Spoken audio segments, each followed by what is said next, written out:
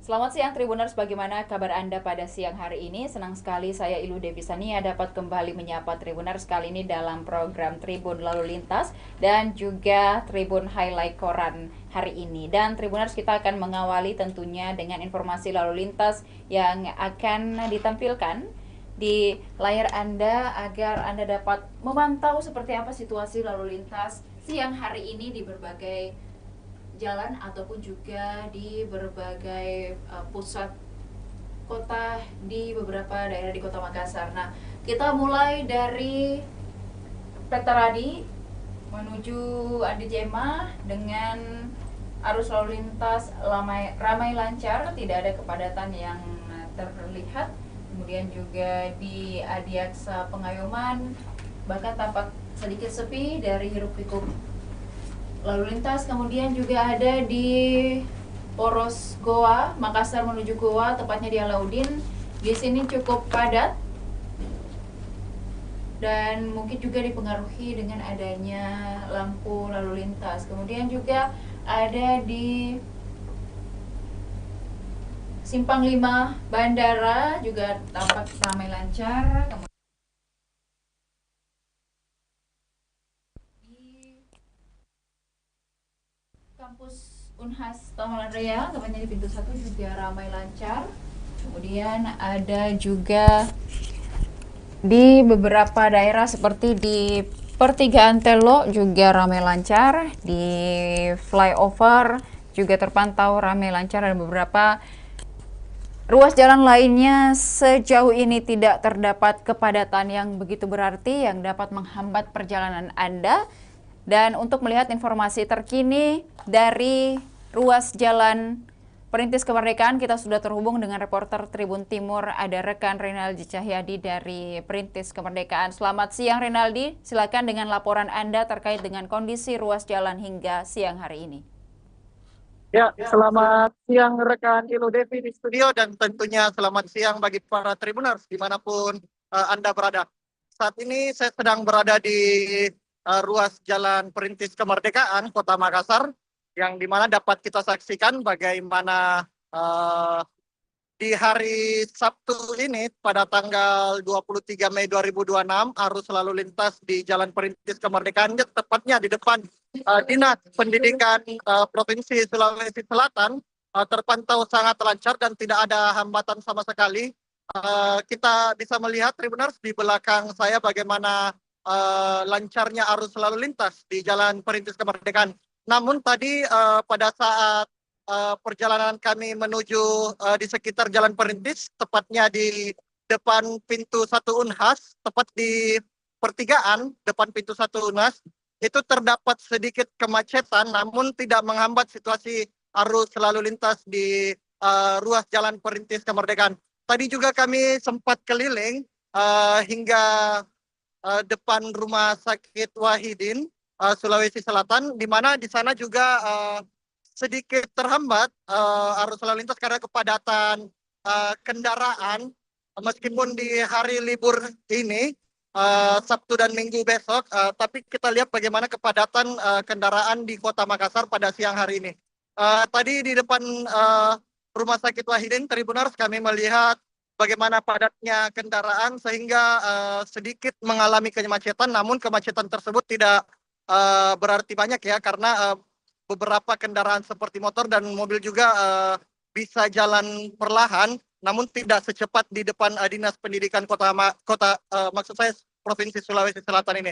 Dan dapat kita lihat Tribuners tepat di belakang saya bagaimana lenggangnya jalan di Perintis Kemerdekaan, tepatnya di Dinas Provinsi Sulawesi Selatan, baik kendaraan roda 2 maupun kendaraan roda 4 melaju rata-rata dengan kecepatan sekitar 40 sampai 70 km per jam, karena saking lenggangnya jalan di Jalan Perintis Kemerdekaan Kota Makassar. Seperti itu kiranya rekan Ilo di studio. Baik, terima kasih atas laporan Anda, rekan Renaldi dari Perintis Kemerdekaan. Kami menantikan berbagai update lainnya dari Makassar dan sekitarnya. Selamat siang, selamat kembali bertugas. Dan Tribuners, dapat kita lanjutkan dengan highlight Koran Tribun Timur. Tentunya diawali dengan halaman utama Koran Tribun Timur hari ini dengan headline berita keluarga tunggu sandera Israel di Jakarta. Ibu Angga lepas rindu lewat video call dari Turki. Relawan asal Makassar sempat ditahan dan disiksa. Sutrawati Kaharudin akhirnya bisa bernapas lega setelah putranya Andi Angga Prasadewa dibebaskan dari tahanan militer Israel. Di tengah penantian keluarga menjemput di Jakarta, kerinduan ibu dan anak itu sedikit terobati lewat video call dari Turki.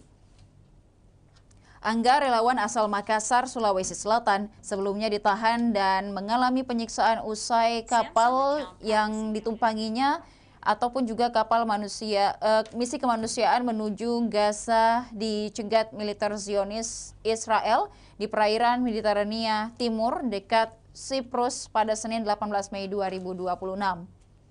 Dalam foto diterima Tribun Timur, Angga mengenakan baju hitam dan berkacamata. Ia tersenyum saat berbincang dengan ibunya melalui panggilan video. Alhamdulillah, kami semua sangat bahagia juga karena dia sudah selamat, katanya kepada wartawan Tribun Timur.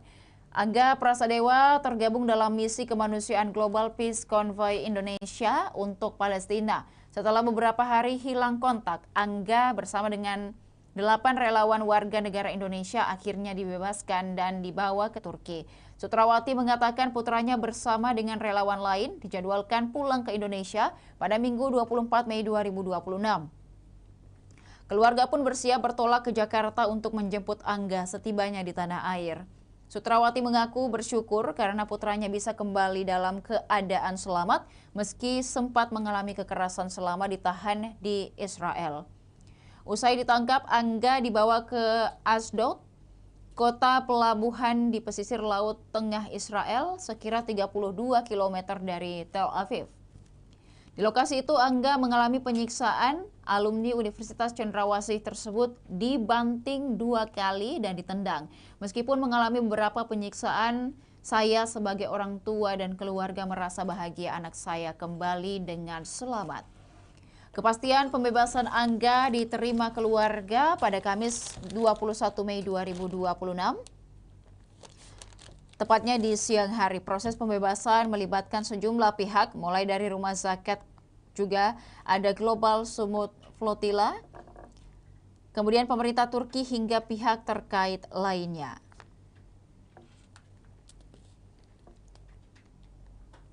Kemudian Sutrawati mengatakan pada siang hari ada kepastian dibebaskan, sorenya pihak Turki yang menjemput ke Israel. Saat ini Angga dalam kondisi sehat dan masih menjalani pemulihan di Turki. Ia juga telah menjalani pemeriksaan kesehatan oleh tim medis.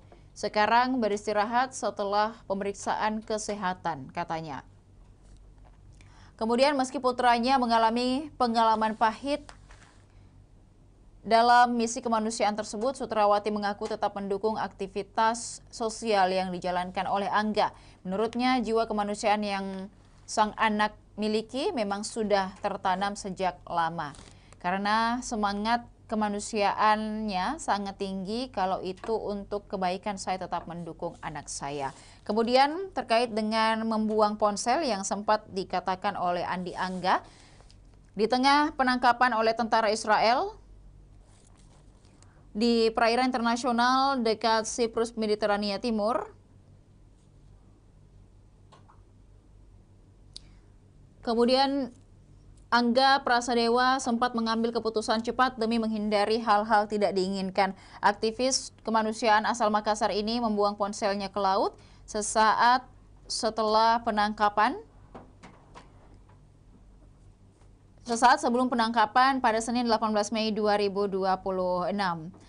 Angga bersama dengan 8 WNI lainnya sebelumnya ditahan saat menjalankan misi kemanusiaan menuju Gaza.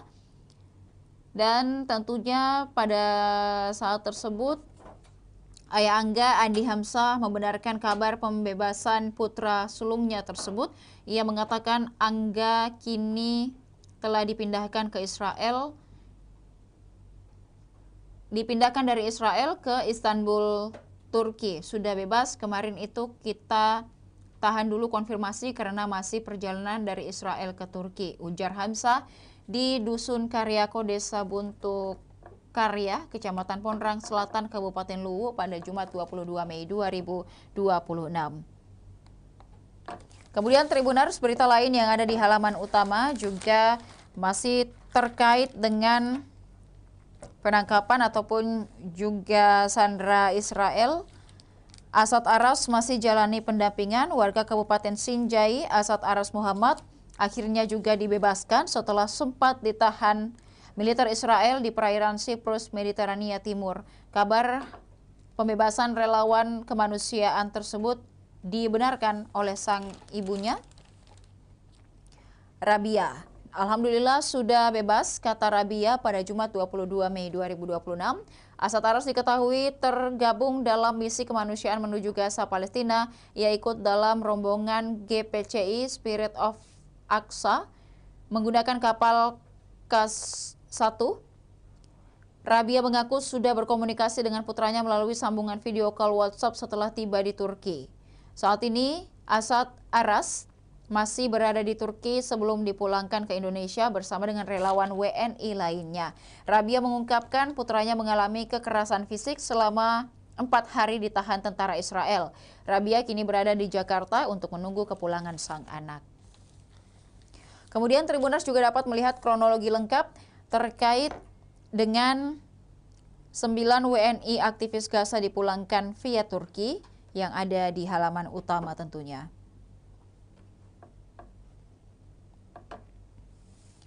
Berita lainnya Tribuners dari halaman utama terkait dengan Region CEO tertawa lebar saat tahu akronim spiritual BSI.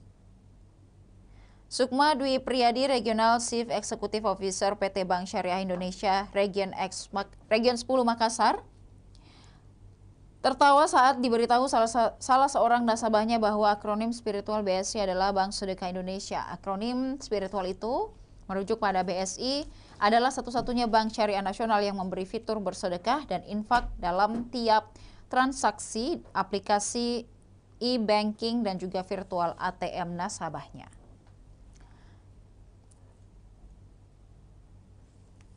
Kemudian Tribuners, kita beralih pada halaman 9 Koran Tribun Timur dengan headline berita terkait dengan Pemkot Makassar selamatkan aset PSU 6,35 triliun rupiah.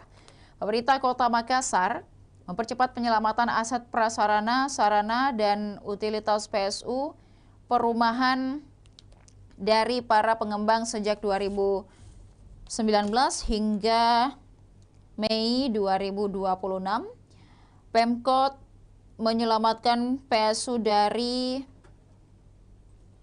203 kawasan perumahan dengan total luas mencapai 2,4 juta meter persegi dan nilai aset 6,35 triliun rupiah. Terbaru, Pemkot menerima penyerahan PSU dari 14 kawasan perumahan dengan total nilai aset 504,35 miliar rupiah. Penyerahan di perumahan Taman Kayangan Tanjung Bunga, Jalan Telaga Raya, Kelurahan Macini Sombala, Kecamatan Tamalate, Makassar, pada Jumat 22 Mei 2026. Total luas PSU yang diserahkan 145.053 meter persegi dengan nilai aset berdasarkan nilai objek pajak atau NJPO tanah 504,35 miliar rupiah. Kemudian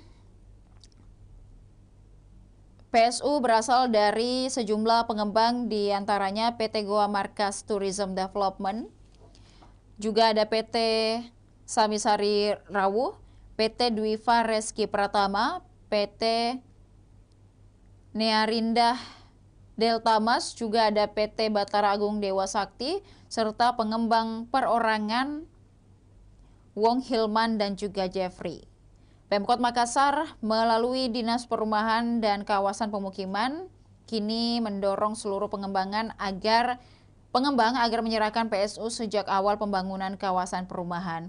Wali Kota Makassar Munafri Arifudin mengatakan selama ini proses penyerahan PSU kerap dilakukan di akhir bahkan setelah kawasan perumahan berkembang dan dihuni masyarakat. Seluruh pengembang di Makassar wajib menyerahkan PSU di depan bukan lagi di belakang seperti sebelumnya.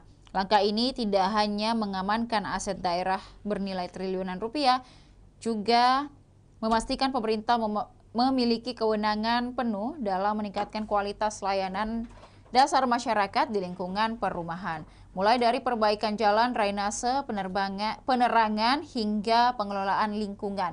Menurut Munafri, banyak persoalan kawasan perumahan akibat PSU belum diserahkan ke pemerintah. Akibatnya, pemerintah tidak memiliki kewenangan penuh menangani infrastruktur maupun pelayanan dasar kepada masyarakat.